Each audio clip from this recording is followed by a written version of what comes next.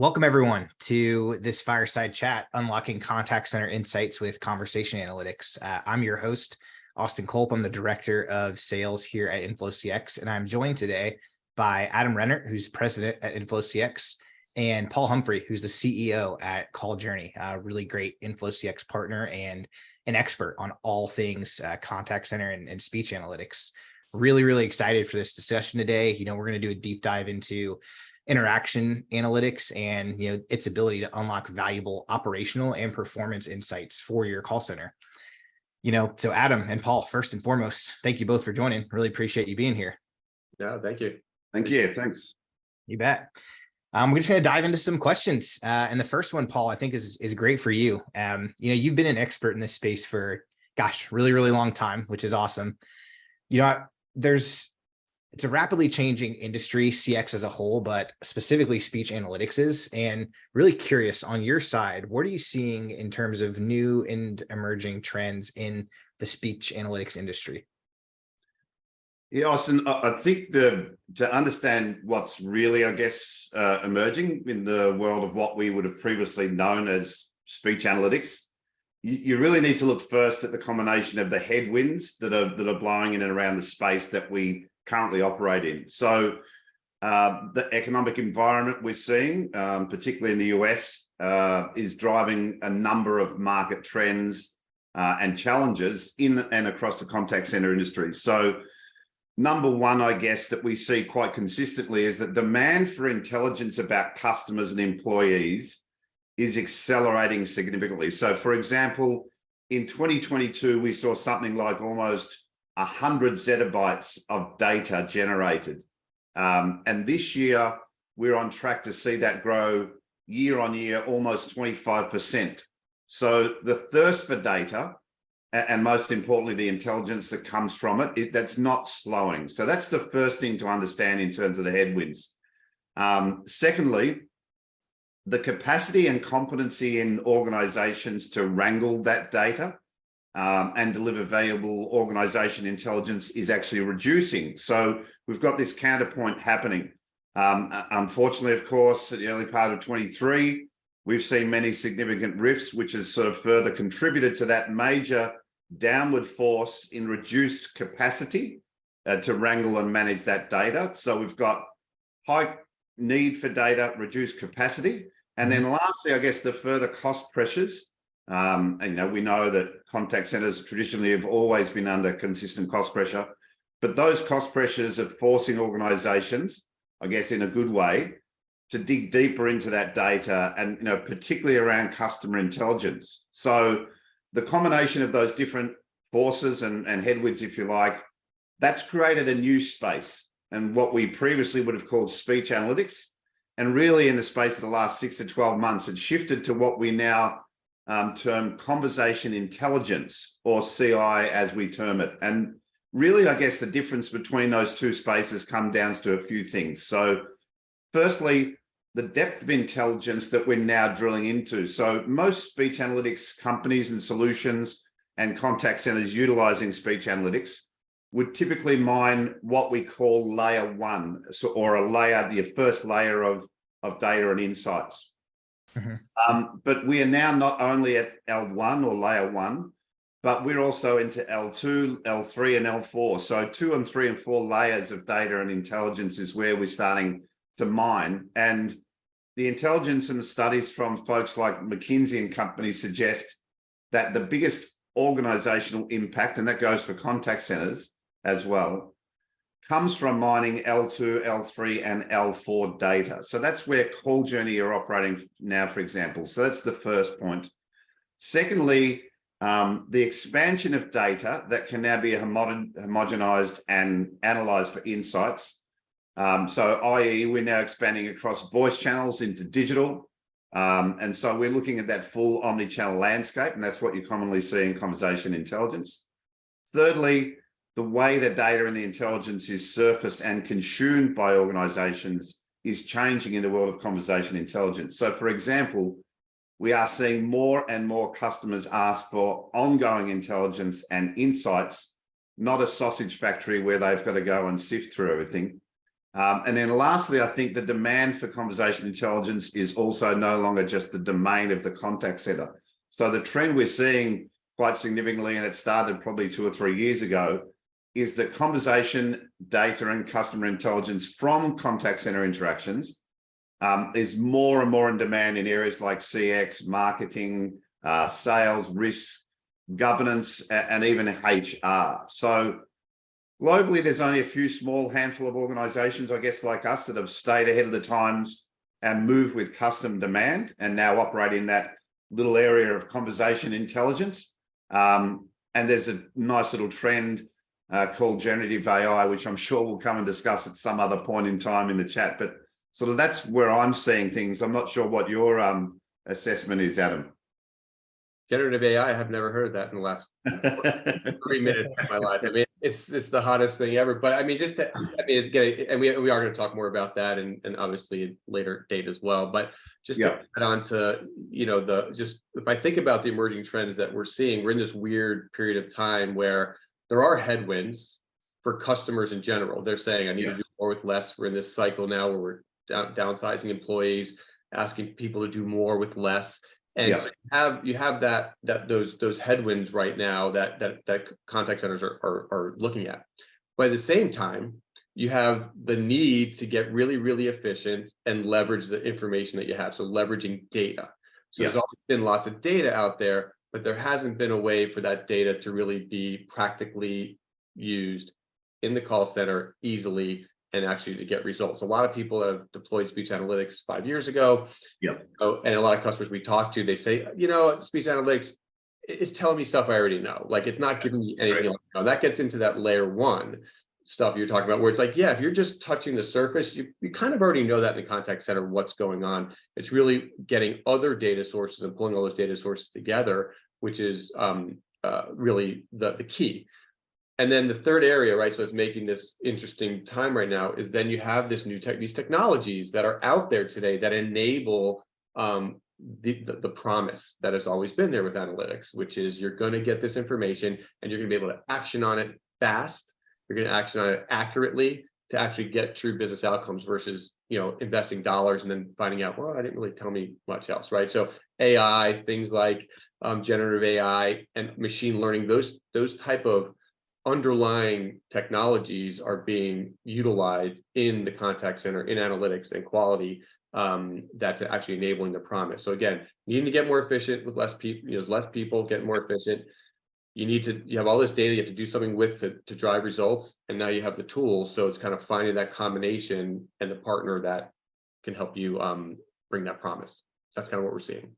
Yeah, no, that's really good. And I think, Paul, you said, you put it in really good context. I think that's easy to understand, which is, look, it's conversation intelligence now, not just speech analytics. It's a little limited.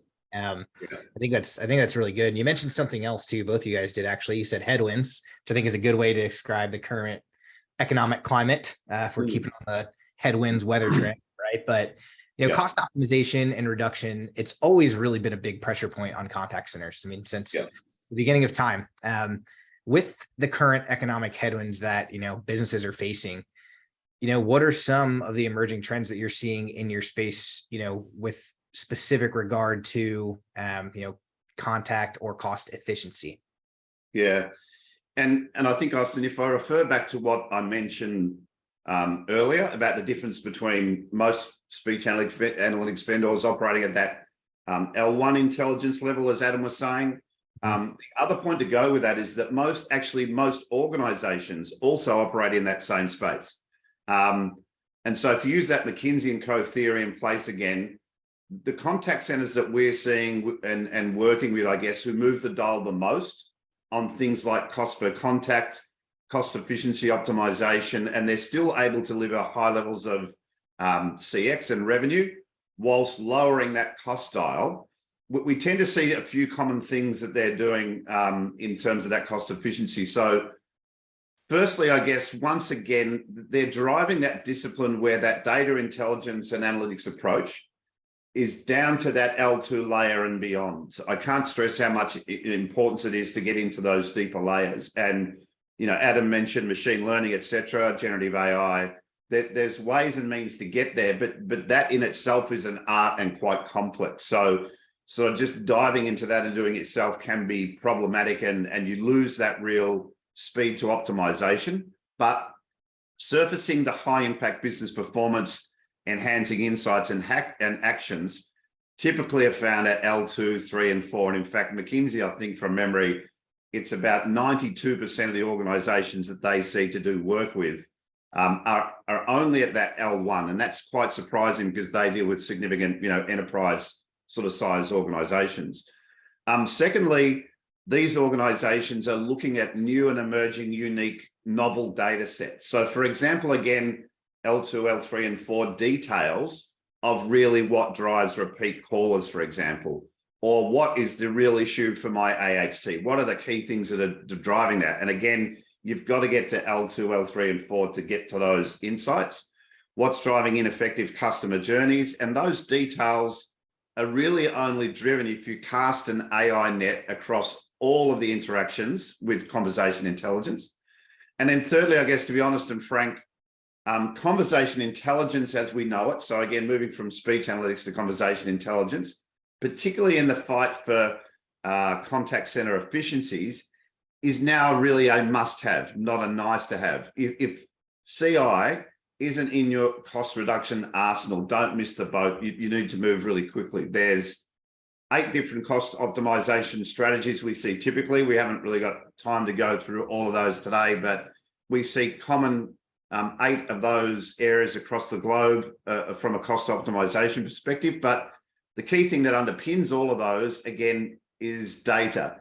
So intelligence and insights is the key for those 8 areas of focus. And that could be things like root cause, as I said, for AHT, et cetera. It could be employee data, and it could be other productivity enhancements, data insights. But it's important to be able to dig into things like automated call decomposition, FCR, root cause intelligence, post-call summary automation, topic analysis, call scoring. But again, don't think of those at your L1 layers, sort of think about them at the L2, 3, and 4. So that's sort of what we're seeing in the cost out side of things. And certainly I would say in summary that majority of the high-performing organizations we're working with are digging into CI at those layers again to really drive and squeeze the lemon on that cost out. Because, let's face it, every contact center is always under pressure for cost reduction. This is how do I find that next 5, 10, 15% that's always difficult to find. CI is the way to do that. Well, I think, it's not just it's like, how do I find those cost savings? Because yes, call centers cost money, but they're really value centers, and the technologies today are helping transform cost centers to value centers, right? So you have these contact centers that have cost. There are metrics to look at, average speed to answer, all these different average speed to resolution.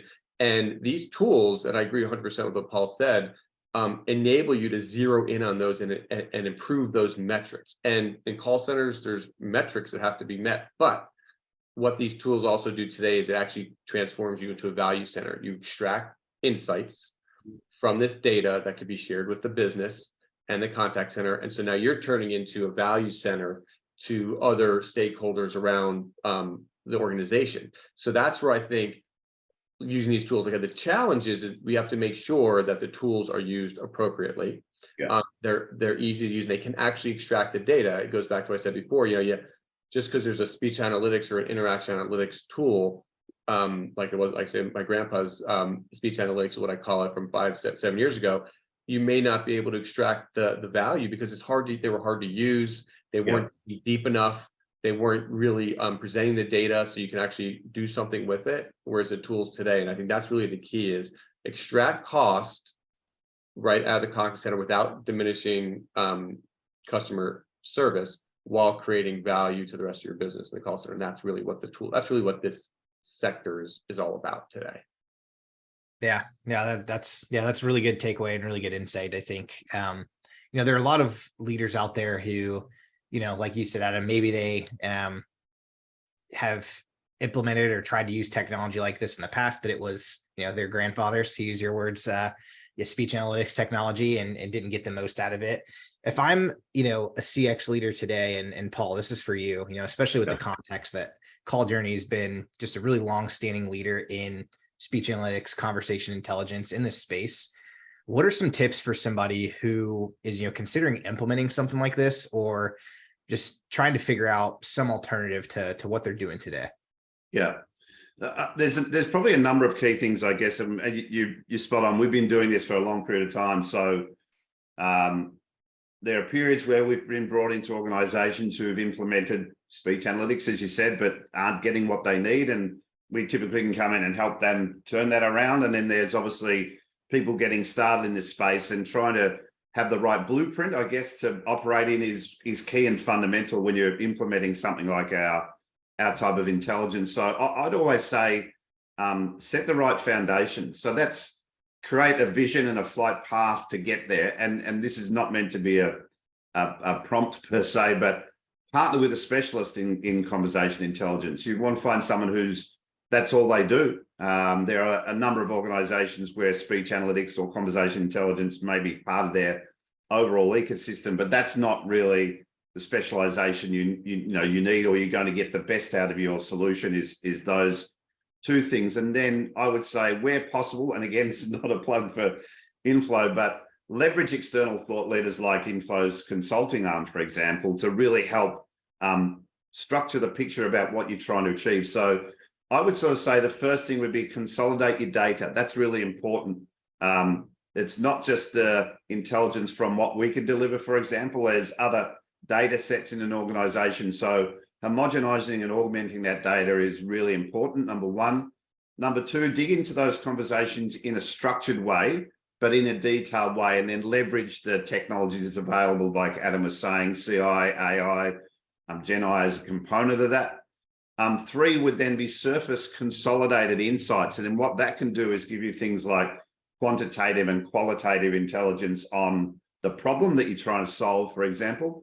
And then fourth is act, and that's, remediate the issues, drive root cause and analytics consistently, and keep on learning as you're moving along. But always on intelligence is the key. And what I mean by always on is have your CI solution, like Call Journey, for example, plugged into your organization on a consistent basis, and then make sure there's a mechanism that you're constantly surfacing the insights and the intelligence and sort of servicing those and sharing them. There's 8 common steps, happy to go through with them with folks if you like in a separate session. But I'd always say don't boil the ocean. Alongside those 8 key steps that we always see consistently, makes a success. But that, as I said, there's a lot of more detail in those 8 steps I can go into. But happy to catch up with anyone after the session if you like to sort of go through those step-by-step key areas. But there's, again, create the path, partner with the right person, leverage thought leaders like Inflow, and then focus on those 4 things that are driving that always on intelligence. And that's sort of the key elements. And then, as I said, there's the 8 key steps. Yeah, listen, I agree with everything that Paul said. I mean, number one, I always tell everybody, I get a lot of customers that we talk to on a daily basis that say, I need some help. What do you think? And our thing is, before we jump into, what you're going to deploy or who you're going to select and how it's going to work, you have to understand your plan. Like, you have to set a plan. And then, do you think you could implement that plan? Because a lot of plans fail when you get to the implementation stage and then the resources aren't there or the commitment's not there. So you really have to know that when you buy any tool, any technology, as easy as everybody tries to make, there's a level of work that has to go into and commitment for ongoing use of that tool. And in this space is never more. You're constantly tuning, looking at different things, analyzing how the data is coming in. What's the data saying? You're really trying to make sure you're gaining insights and not just taking this quick and dirty level 1 data view and say, oh, it looks like our customers are unhappy. It's like, that doesn't really tell you anything, right? You're trying to get down about why are they unhappy. But before you get to all that, it's setting a plan and a goal, understanding what your goals are, doing proper vetting and analysis. There are a lot of tools out there, right? Not going to talk about other vendors, right? Other than Call Journey, but there's a lot of tools out there. And it's easy to go to their websites and they all have the check boxes that they do everything, and they all do it really easy and really cheap, and you're going to get deployed in -10 days and all these promises, right? But at the end of the day, you have to really do your diligence and go through that evaluation process and set a plan. Lastly, is just data. I agree. I mean, the number one thing for lots of technology areas within CX and contact centers that we get asked to help with, whether it be self-service, analytics, quality, data is really important, right? If you have bad data, you're not going to get any result. If you don't have your arms around your data, it's not getting a result. So it's kind of, what data are you looking for? What are your data sources? Can you pull that data, all those components, into a single location to analyze? And what data components do you want to analyze? Because you may be leaving data over here that's really important to your decision, and you want to make sure you know which data sources are going to help you, make the right decision for your business when you pull this analytics together. So, I think just to add quickly, Austin, that last little bit that Adam was talking about, I'd like to think about data and intelligence almost like a Formula One racing car, for those who sort of follow that concept. That you've got one driver driving a millions and millions of dollar asset around a track, but you've got these people behind the scenes that are constantly tapped into the car performance and analyzing. I'm talking about hundreds of people involved in that process. So there is a bit of a trend to see organizations leaning on other organizations, if you like, to help with an insights as a service type solution, where I can keep driving the car, but you can keep telling me what's happening, the things that I need to adjust, because sometimes I don't have that time capacity. So just to add that last bit to Adam, it's also leaning on organizations that have that competency can also help and, go a long way than to just leaving it to somebody, here's the keys to the Formula One car and off you go sort of thing. Yeah, that's a really good analogy. And, it takes an army for sure with anything, especially in this space, to both of your points. It's very crowded. There's a lot. And if you don't live and breathe it, it's not your fault for not knowing what's out there, because there's just so much. So definitely lean on experts to help you make the most of your investment. And, even more than that, just validate that you're on the right track. Guys, last sort of pre-prompted question here, but for any of the attendees out there, if you do have any questions, feel free to ask them in the Q&A chat box on the Zoom. We'll get to as many as we can before the session wraps up here. But Paul, I think, it wouldn't be a webinar in 2023 if we didn't talk about generative AI like ChatGPT. Yeah. We mentioned it a little bit, but I really want to ask one specific question about it. And when you think about speech analytics, conversation intelligence, how does that fit into the world of generative AI like a ChatGPT? And what do you think we can expect to see in the future in this space, or just in contact centers in general? Yeah, look, I'm sure everybody's heard 100 different statements around generative AI and ChatGPT specifically, but I would say, and again, parking any philosophic view of what Gen AI is going to do longer term, the space is moving so quickly, right? If you think back to this, what sort of triggered all of this, just over, what are we now, May? So 6 months ago, end of November, OpenAI, ChatGPT, and that was powered by GP3.5, an improvement on that 2020 sort of GPT-3 release. The first widely used text generating product, a record 100 million users in 2 months. I mean, I think everyone's seen the data enough to realize how this has moved so quickly, but November 30, then you have Cohere, you got Google just after Christmas coming in, Amazon in early February, Meta late February, Microsoft had Cosmos in late February. Everything is moving so fast. Salesforce has Einstein GPT in March. And then all of a sudden, OpenAI releases GPT-4, March 13, 2023, a date that I think that a lot of us will, remember into the future, that GPT-4 change really just accelerated everything in the world of Gen AI and what it can do. But it also opened up a hornet's nest of what can I do with it? What's practical? What can I do that's secure? All of this, some things you hear that's happening in the Gen AI space of people entering all sorts of data into an open source space. There's crazy things occurring. So there's also a lot of red flags with this. So, but if you think about Gen AI specifically for the contact center, we've always had, conversational AI chatbots, and that AI space was about just enabling customers to instantly find an answer to a question. Fairly sort of straightforward AI type. It's not straightforward, but the process is straightforward. Now what we're seeing is the possibilities with Gen AI, for example, now enables that chatbot to carry on a full conversation with a customer, providing them answers to their questions. So you see a maturing of a solution when Gen AI is then plugged into that and supercharged it. If we look at things like Gen AI, back to Adam's point again around that L1 to L4 level of details, then Gen AI can help in things like summarization.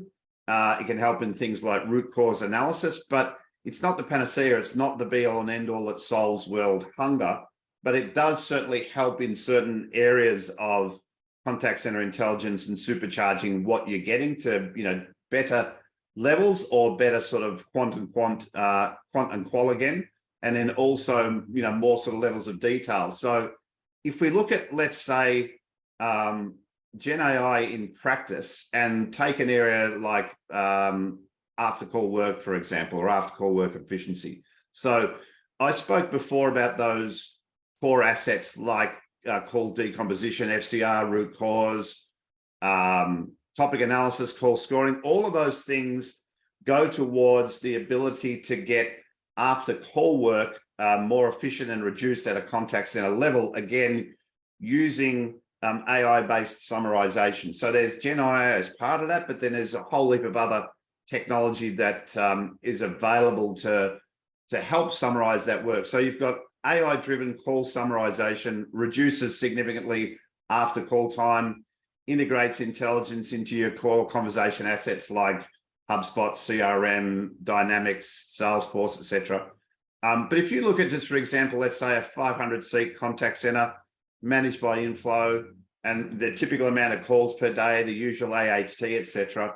By using an overall technology-driven approach to after-call work, which Gen AI is a component of that, a 500-seat contact center can see almost $8 million of gain per annum by implementing that sort of holistic technology or ecosystem to solve for that problem. Gen AI is a component of it, but it's not the the be all and end all. So I would always say that those AI-driven insights that I'm talking about, particularly again with generative AI and ChatGPT, number one, you've got to look at accuracy in summary and interpretation. Is it really telling me what the actual answer or the actual solution is, or is it just going off on a tangent, which it can do? Number two is you always need to get that multi-layer detail again. I keep saying it, L2, 3, and 4. And then also the important thing is feeding those intelligence portals in an automated way. And again, I'm specifically talking about the after call work side of things for generative AI as an example of where that's going. But generative AI is going to spawn a whole lot of sort of new and opportunities for the contact center space, but you just can't look at it on an island of its own. You really have to be looking at a holistic solution, which is, again, can be quite complex, but there are certainly big areas of opportunity for contact centers when done smart with the right security, right partners, all those things I think I spoke about before certainly goes for the Gen AI space. Excellent. Awesome. Well, Adam, I'd love to get your thoughts on it, but we are running right out of time. And I want to make sure that, we let everyone know that we are very, very thankful that they attended this webinar. And Paul, thank you so much for providing a lot of that insight and being a great partner at InflowCX. For all the attendees out there, if you liked what you heard today or have questions about speech analytics, conversation intelligence, or just your CX strategy in general, please reach out to InflowCX. Contact us. Our info is all on our website on our contact page. Happy to chat with you one-on-one about your top objectives, what you're trying to accomplish in your, sort of CX strategy, and see if we might be able to help you out. For those of you that signed up and are curious about the gift card, we are going to send all of those out to the attendees who attended today, and that'll just be sent right to the email that you signed up with. So really, thank you everyone for your time. Really appreciate it, and looking forward to hearing from some of you. Bye, everybody. Thanks, everyone. Take care.